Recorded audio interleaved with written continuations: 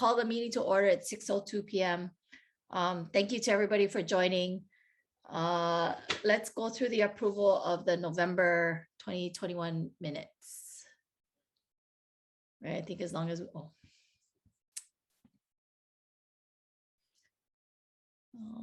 see. So for those of you who are new to the meeting, the minutes basically stand approved if no one has any corrections, but we can always go back and make corrections if there are any needed. And the minutes, thanks to our secretary, are located on the Noelani PTA website. So you can always go there under meeting information, but okay.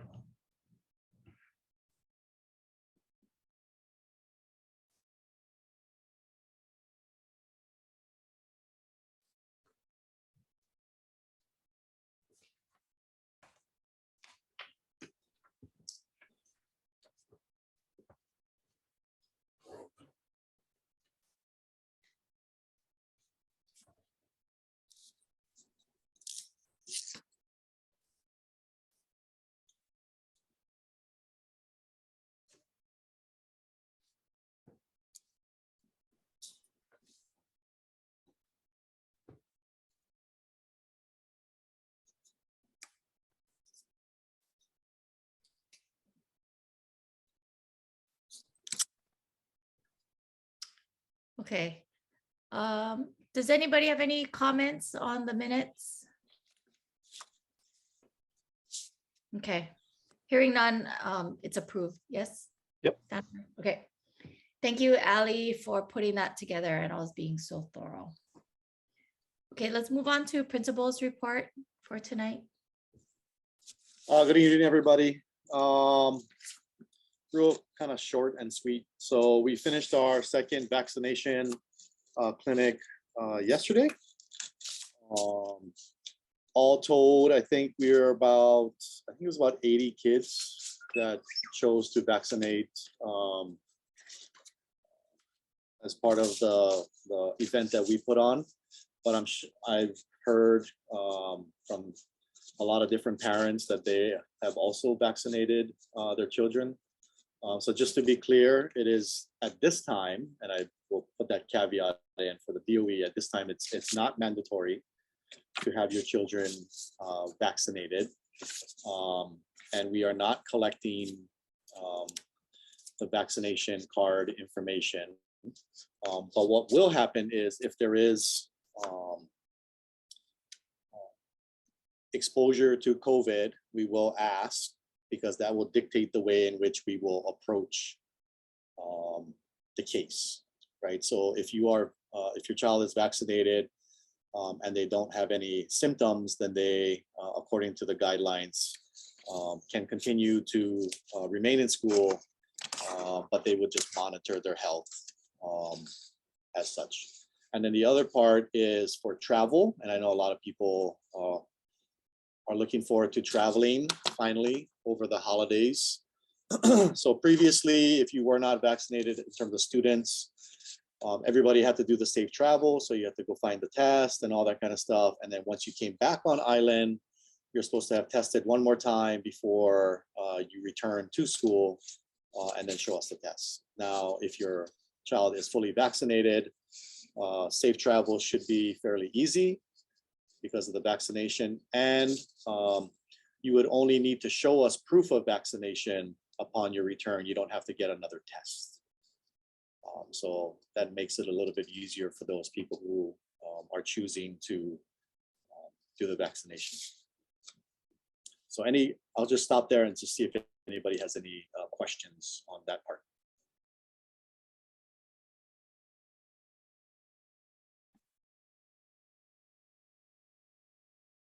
Okay.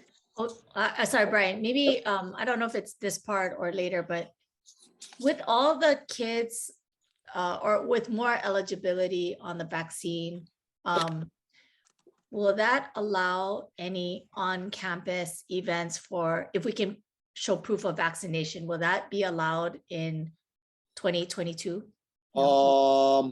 we just got to go case by case and see what the event is, and then I can kind of consult with people as to who the audience is, how many people, all that kind of stuff. So if you guys are planning on wanting to do something, then we can just talk about it and figure it out. Okay, thank you. But it's not a no, it's a maybe, let's see, which is a little bit better than it was before, right? Because before it was like, no, cannot. So, there is still a lot of no's around that, by the way, but as long as like I'm working with the PTA, that's sort of a different category of stuff. So. Oh, good news. Thank you. Progress. Yeah. Sorry, let me just turn my phone because everybody keeps blowing me up on text messages. Okay. And then as for, I'm supposed to actually report out to you guys for on behalf of the School Community Council also.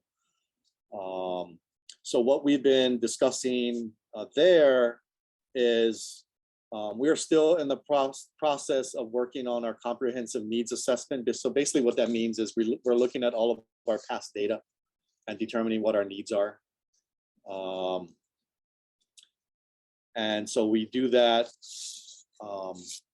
to be able to adjust our academic plan as necessary. So we're in the process of that. But the main thing I think that's coming up in terms of that we've let our School Community Council know is that next school year, so in spring of 2023, we will have a visit by WASC. So WASC is the Western Association of Schools and Colleges. They are an accrediting body. Elementary schools don't need to be accredited. It's mostly high schools and colleges because they're giving out credits and they got to make sure that they're following all the different guidelines and whatnot. Hawaii has chosen to have elementary schools go through the WASC process, and it's good because it makes you be reflective on your practices. It's sort of a bigger kind of thing that we do like on the yearly basis for the CNA. So that's why I wanted to talk about the CNA. So every year we're always looking and reflecting on where we are and where we're headed in terms of our demographics, our demographic data, our performance data, our perceptual data. So all the different surveys and whatnot that people take, parents, students, and teachers, and see how people are feeling, as well as looking at our systems, our programs, and processes. So, for example, one of the things that we use often to help struggling students is something called small group instruction. So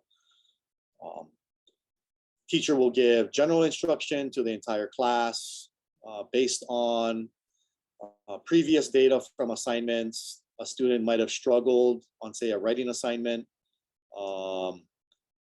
And there might be maybe 2 or 3 of those kinds of students. So the teacher will then pull them on the side and work with them individually to help support them and try to understand a little bit better where their struggle is. So we would just take a look at how we're doing small group instruction in terms of it school-wide, and see if there's anything that we need to improve, if teachers need more professional development because they lack the strategies to address certain areas, things like that. So that's kind of what we do on a yearly basis. So WASC is sort of, if you're fully accredited, it's every 6 years. So it's kind of like having an independent body come to the school for, it's about 4 days. You write a report, and they kind of just check out everything you do and confirm things and give you some recommendations as you go forward. And those things are usually then kind of wrapped into our academic plan as we go forward. So does anybody have any questions on that?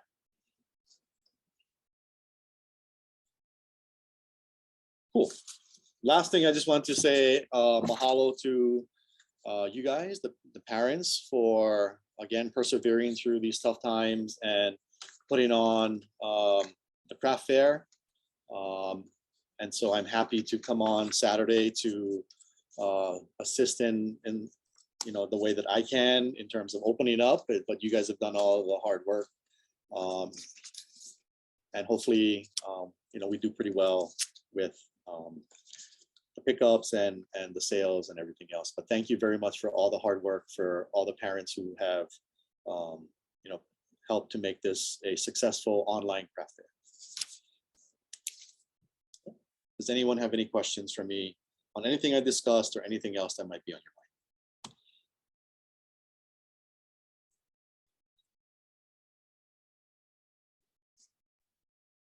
Okay. If not, thank you very much. Happy Thank you, holidays, everybody. Brian. Thank you very much, Principal Gusman.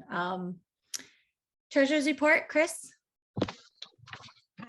Hi, everyone. So from the last meeting till now, we had a total income of $10,441.68, an expense of $870.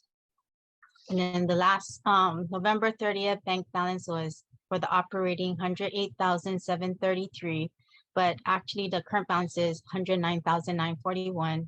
Savings is $121,749, and the free business checking is $12,856. Thank you. Okay, thanks, Chris. Okay, we'll just kind of wrap up with some old business items. As Principal Gusman mentioned, Craft Fair is on its last couple days for this virtual event this year. I really have to give a shout out to Michelle Issa, Kristen Nakamura, and Toby Tamaya. I think this year, different from last year, because the money that we earned is relatively the same. But the idea that we did these lucky bags where you didn't really know what you were getting last year, and this year trying to allow people to customize and buy what they want, it didn't make that much of a difference in sales. We're about at $10,000 gross, not net, but gross. And I think, the idea of it and being virtual and working with an online store version was really a good experience for us. I'm putting Michelle on the spot a little bit. I think she should take over a craft fair because it's a really good opportunity. And she knows what goes into it. So, everyone was really patient. It was a learning curve for us again this year. But we had some really good partners, some really good vendors turned out. The food definitely kind of helped the sales this year, which was a new thing for us. So I think like Helen brought on some food vendors as well. So that was really appreciated. We do have, I think in the end, more participation would be great. And I don't know if that's a function of COVID and not being on campus. I don't know if that's a function of just burnout on everyone's part.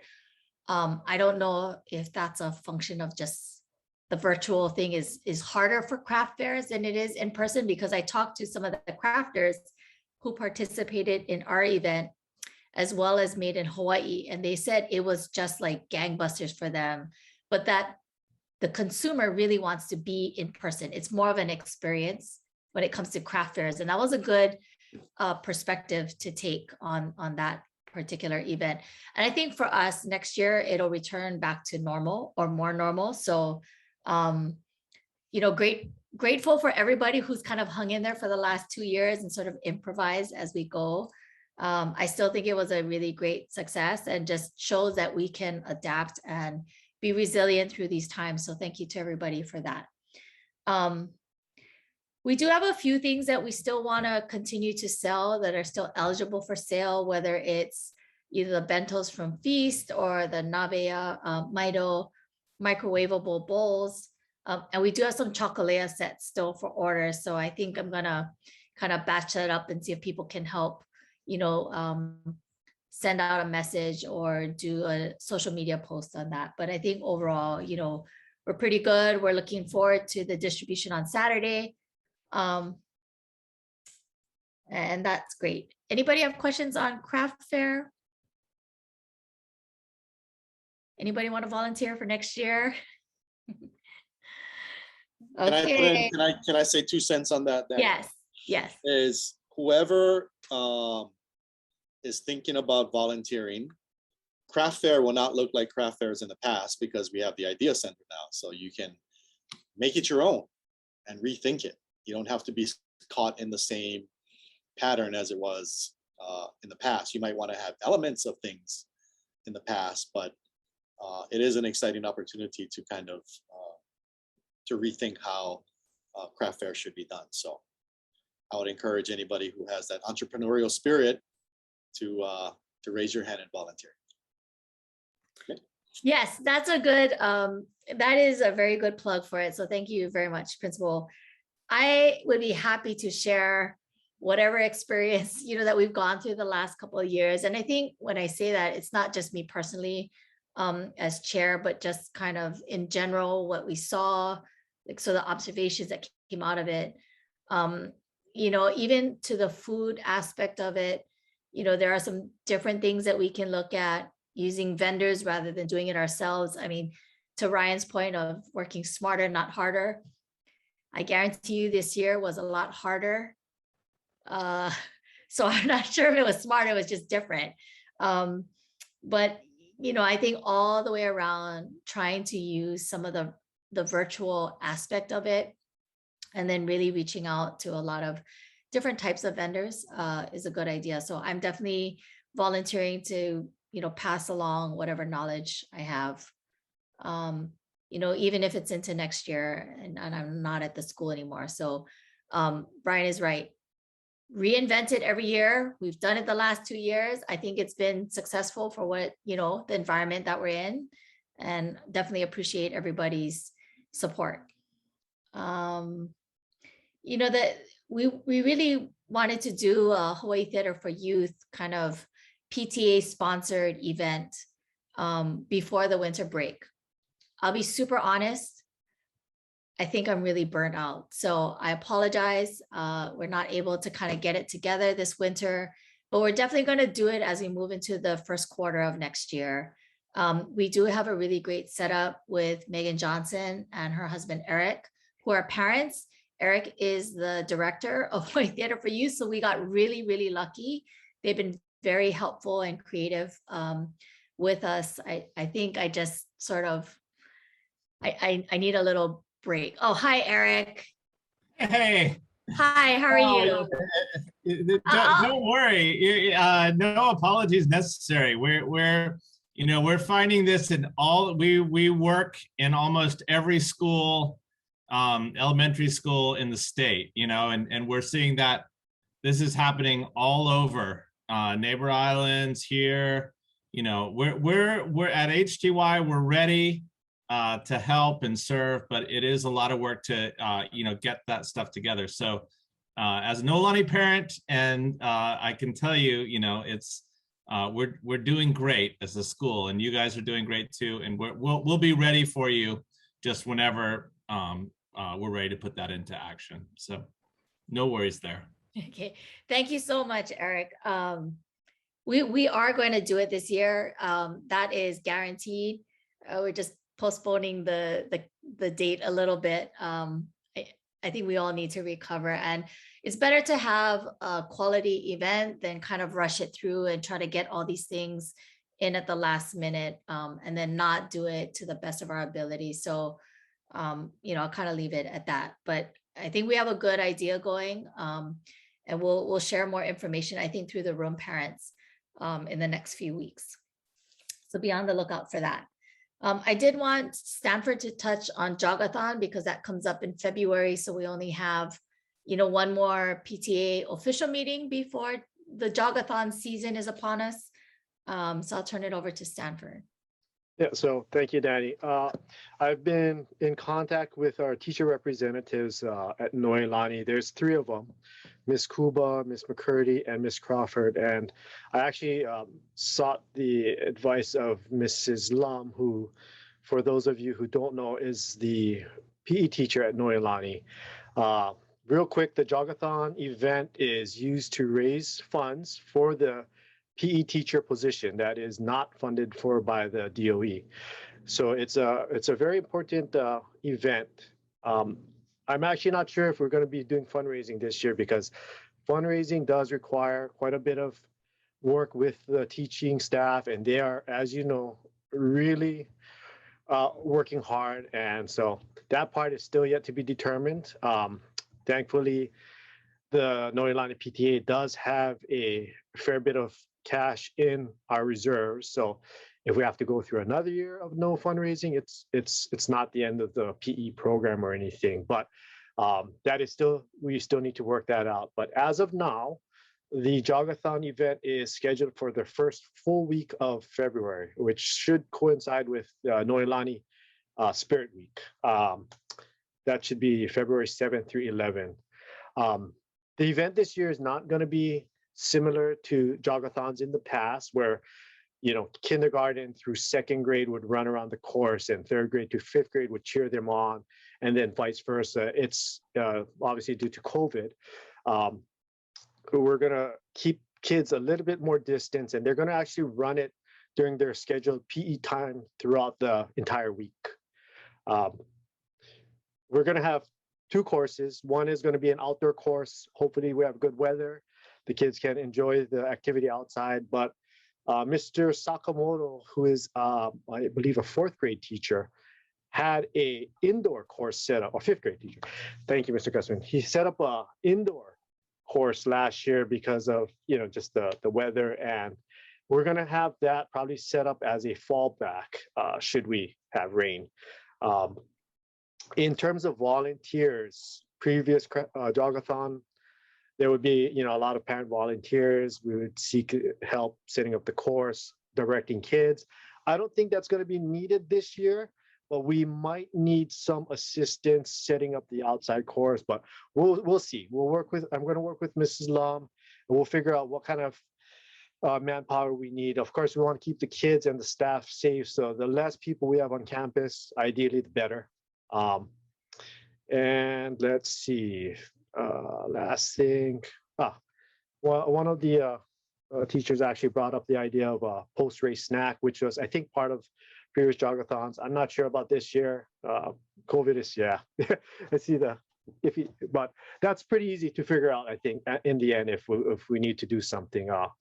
Probably be something pre-packaged. Wouldn't be something handmade if we do something, but it looks like the Jogathon is a go, which is going to be great. I mean, that's going to be a nice change. So Stanford, let me just enhance your information you gave out real quick. I actually do budget for the PE teacher, and then we seek reimbursement from you guys. So basically, what happens is then those funds then get freed up for me to do other things. So it's no worry that the PE teacher is covered. Thank you.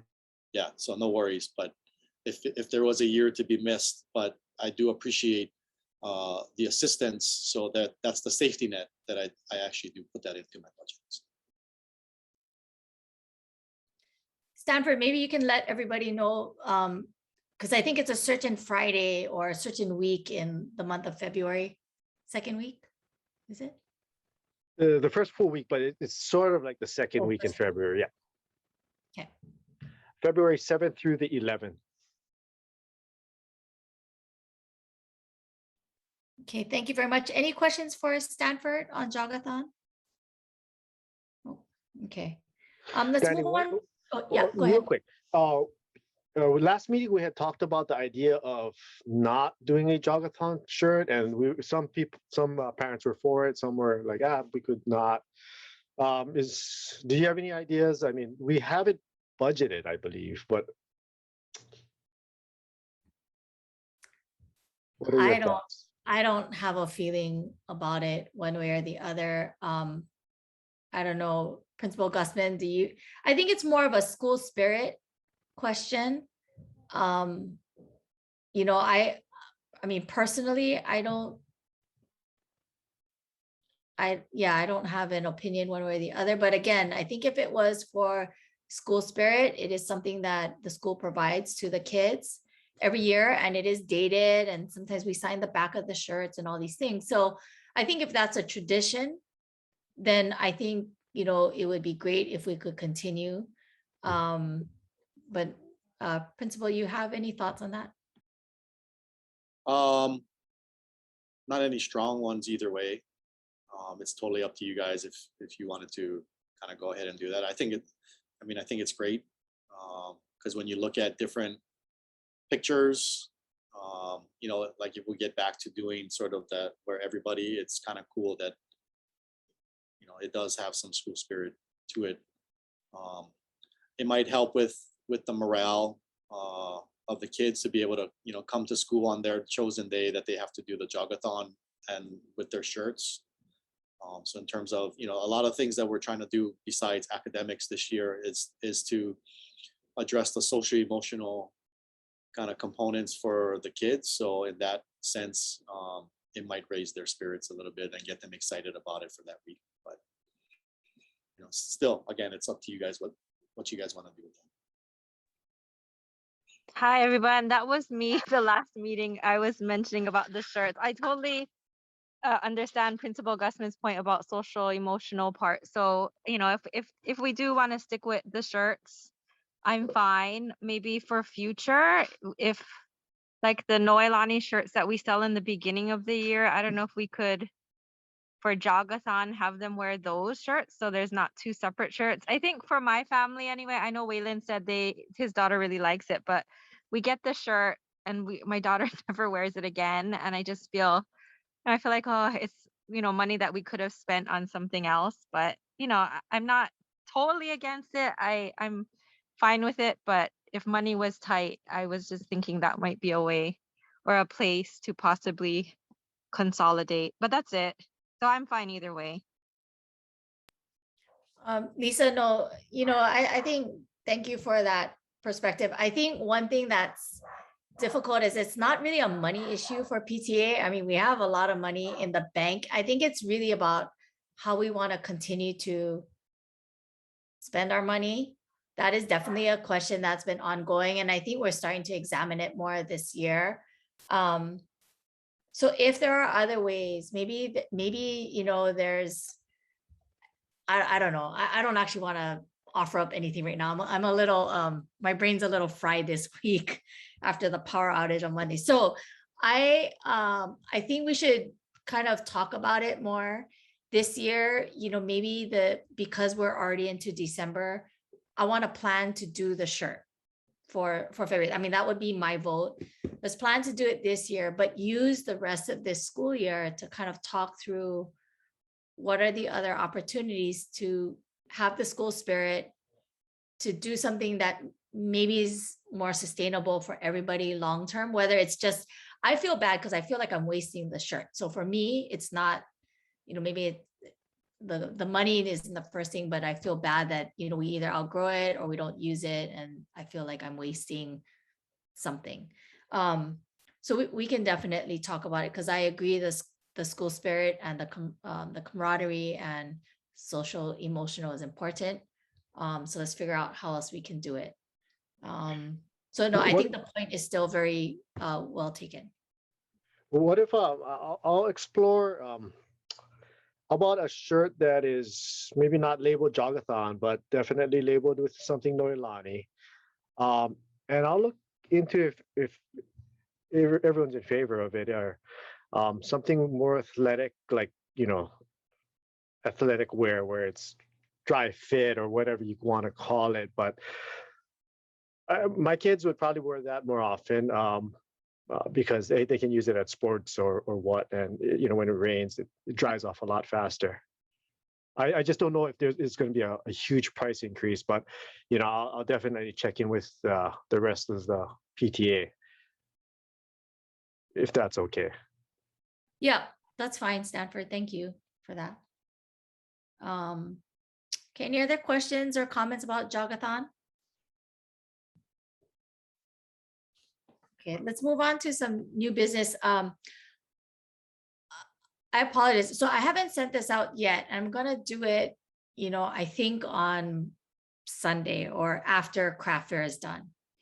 But Alexander and Baldwin has invited Noelani to participate in a program where whatever purchase anybody makes from Manoa Marketplace, if you upload it to a certain site or you bring in your receipt on these certain dates, they will give the school credit and they'll give the school some money just for shopping at Manoa Marketplace.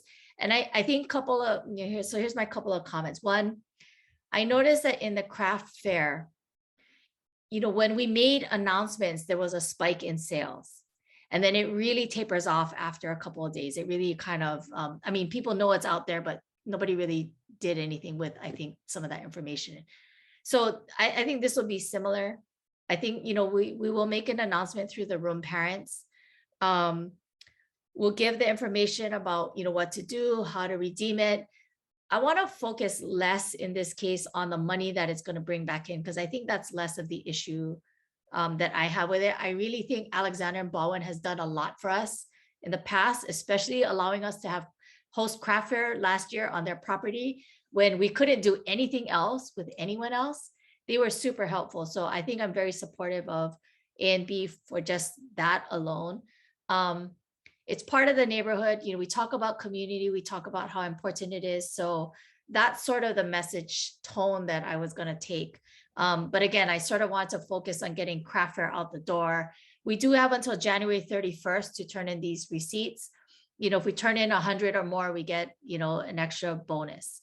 I'm not saying it's $10,000, but it's definitely money in the bank. And again, it's more about participation, I think. The rest of this year, that's going to be sort of my mantra is, to increase the amount of participation.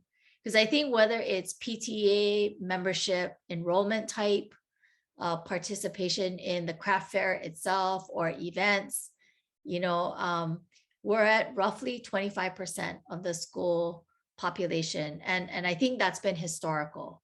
If we can move that needle up a little bit, find ways to better engage with families, that's going to be sort of the mission for the second half of the year. But it's a great program. They're really encouraging a lot of the schools to participate. So Hokulani, Lincoln, Manoa, and ourselves are participating. And we can get an easy, $1,500 out of it. So I think that's a no-brainer for us. A lot of us shop at Manoa Marketplace at any time. And we'll post the information through the room parents, and we'll get that information out this weekend. But I just want to let this group know that that's on the boards. Any questions about that topic? Okay. I'm not going to talk too much about the Screenagers event at this time. It's very similar to our HTY idea that Lori Lei Saito brought up this movie program that is, or it's more of a documentary family teaching tool that helps us deal with our kids in this digital age. And I think our last question was whether or not it should be for PTA only, like should there be some extra benefit for PTA, or do we see ourselves as a membership body, but we should be sharing it with the entire school, and what is that difference in threshold? So that's still a first quarter kind of event. So I'm going to table it for today because I do have a couple other things that I want to talk to, and Lori Lei was not able to make it today as well. But I think for a roughly nominal price, the concepts behind it, I know I could definitely get on board to learn more about. So I think people would be open to it. And a lot of families have said that they want more engagement through advice and talk story time from the PTA, not just, the fundraising aspect of it. Cause I think it's becoming very fundraising heavy, but that's a misunderstanding. And I think we need to shift that mindset, in the second half of the school year. So that's kind of like a give back program from the PTA to the families. Let me skip item C for now, the talk story session. I do want to make a couple of other announcements that we were able to get these 2 large banners made that can take an interchangeable message. I apologize. I got the artwork out a little late, so it wasn't up in time for craft fair, but we can use it moving forward for things like PTA meeting announcements, craft fair announcements, whether we're having a special PTA event, etc. Right. And we can hang, Principal Gusman has agreed that we can possibly hang it between the columns, like as you know, as you're going through the drive-through by the office, so that it's very visible. And Stanford, instead of like handing out individual flyers, it's kind of a reminder that a PTA meeting is this week, Thursday, or what have you. So there is opportunity, right? It says announcements from Noelani PTA, and there's just these 2 blank spots for messages. And Kristen was gonna help me do like laminated signs, either PTA meeting this week, Thursday, or what have you, right?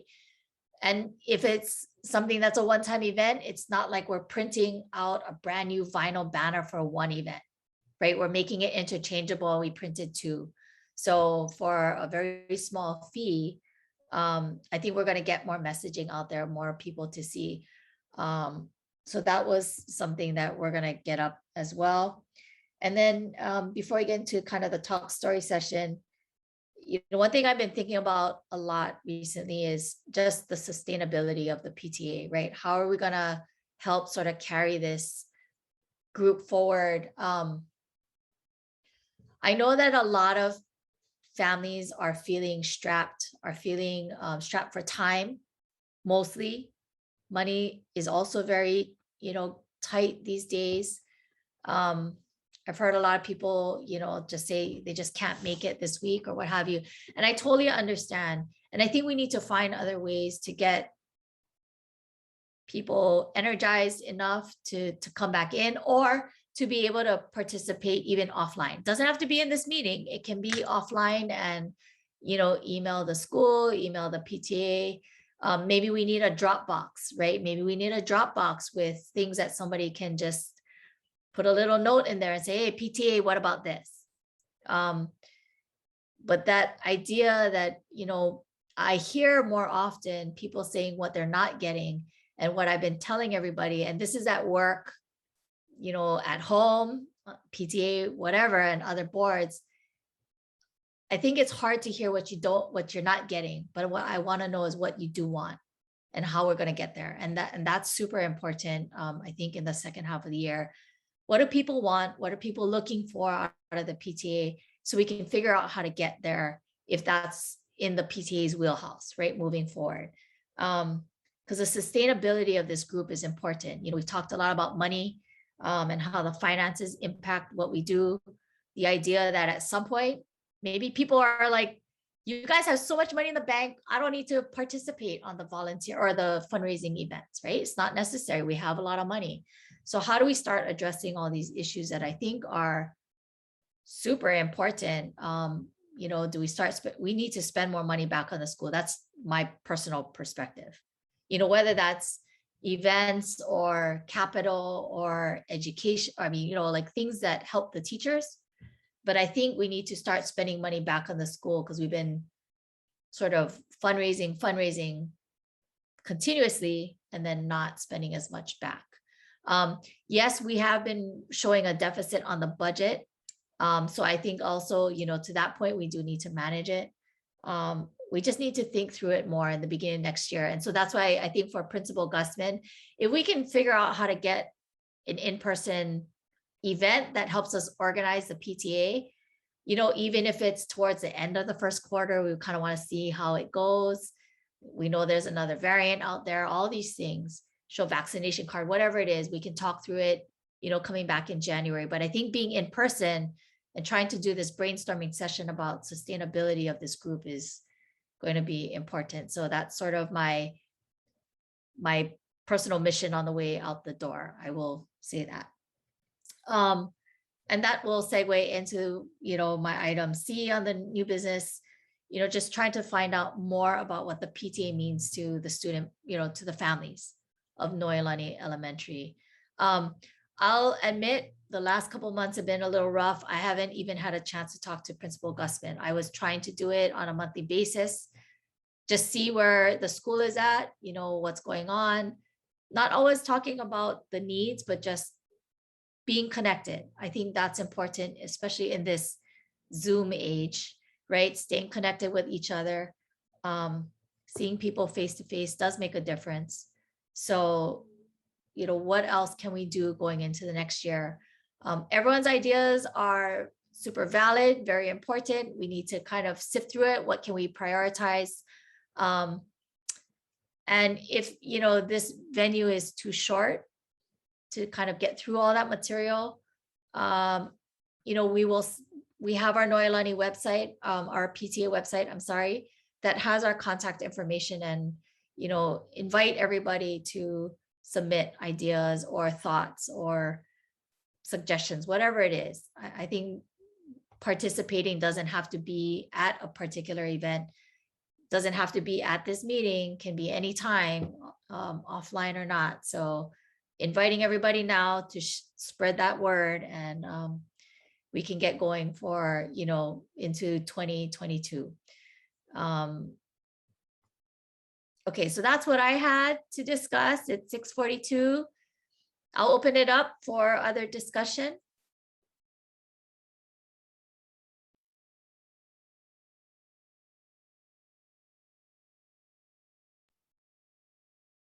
Anybody else? So I'm running on adrenaline this week, I'm telling you. Okay. Do we have a winter program during the vacation? Not this year. Oh, Yeah. thanks. Okay. What exactly do you mean by winter program? Like a winter break, do we have a like a special program, like a 1 or 2 days we get together? Like a Oh, little not during, staff? no, not during the breaks. Okay, thanks. It would normally be next week would be our Song Fest. Oh, yeah, okay, thanks. But one, we don't currently have a music teacher. And two, it's a little bit difficult to sing when you have masks on.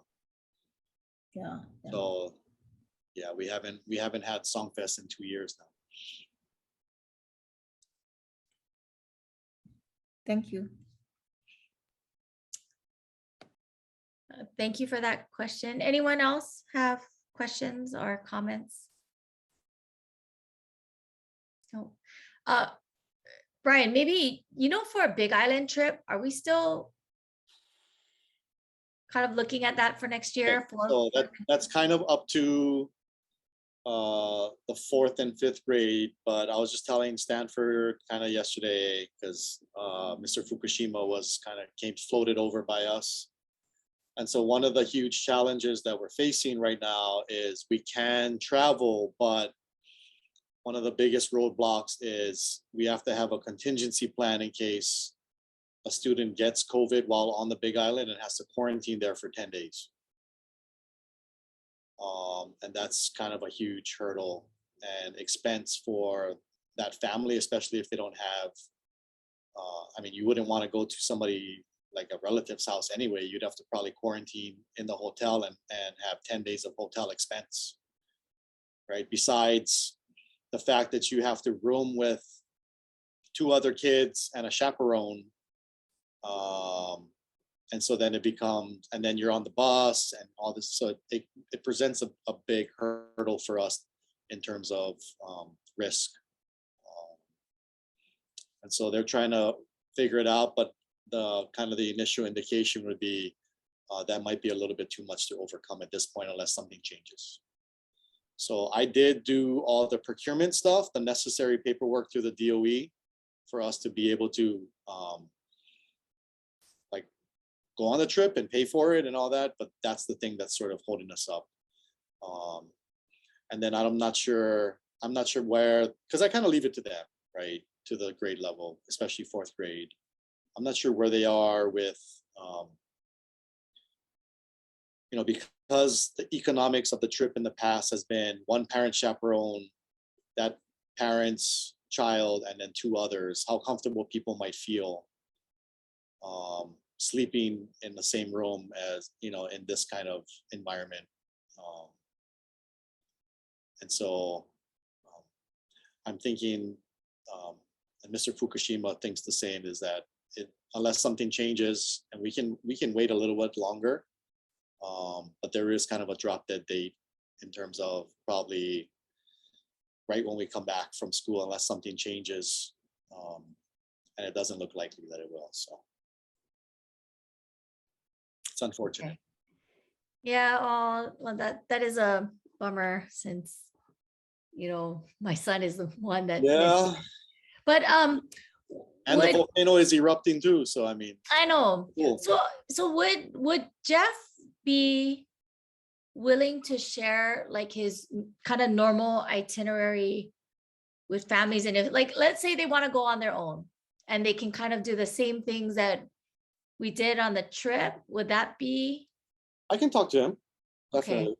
And because last year what he had arranged was a virtual trip, so they just did it online, and the park rangers are actually really cool about it, and they had really good activities for the kids that were kind of like more online. They could go on, and then I think one of them was like they had to see what was in the stomach of a seabird or something, and they would like electronically pull things out of the bird. It was kind of cool, but it's still not the same, definitely. But it was as good as you're gonna get kind of thing. There's nothing like getting off the island and for some kids who be away from their parent, all that kind of stuff, right? So, but yeah, I'm sure he'll be cool, because it's the nuts and bolts of what they do is typically the same every year. There's some things that change slightly, but generally it's the same. Yeah, I think some of the material that the kids worked on, while they were on the trip, like what they had to write down on the bus and all those things, that was super neat to watch. And so, if he had some worksheets for the kids, if, again, if we could figure out how to, if anybody could take them up on their own, and see some of the same sites, maybe not all of them, but could at least pick and choose and do the same activity sheets. I think that would be kind of neat. Yeah. So, okay. Well, I mean, there still might be a very, very slight chance, but I would probably say the likelihood is probably not so good. Okay, no, understood. Appreciate that. Anybody else have any questions? If not, I definitely want to wish everybody a very happy holiday season, and be safe and be well. And thank you very much for your support always. It's nice to see a lot of faces and some new faces on the meeting call. So appreciate you taking your time tonight. Thank you very much. And if the kind of exec committee can stay on for just a second, I appreciate that. Thank you. Happy holidays.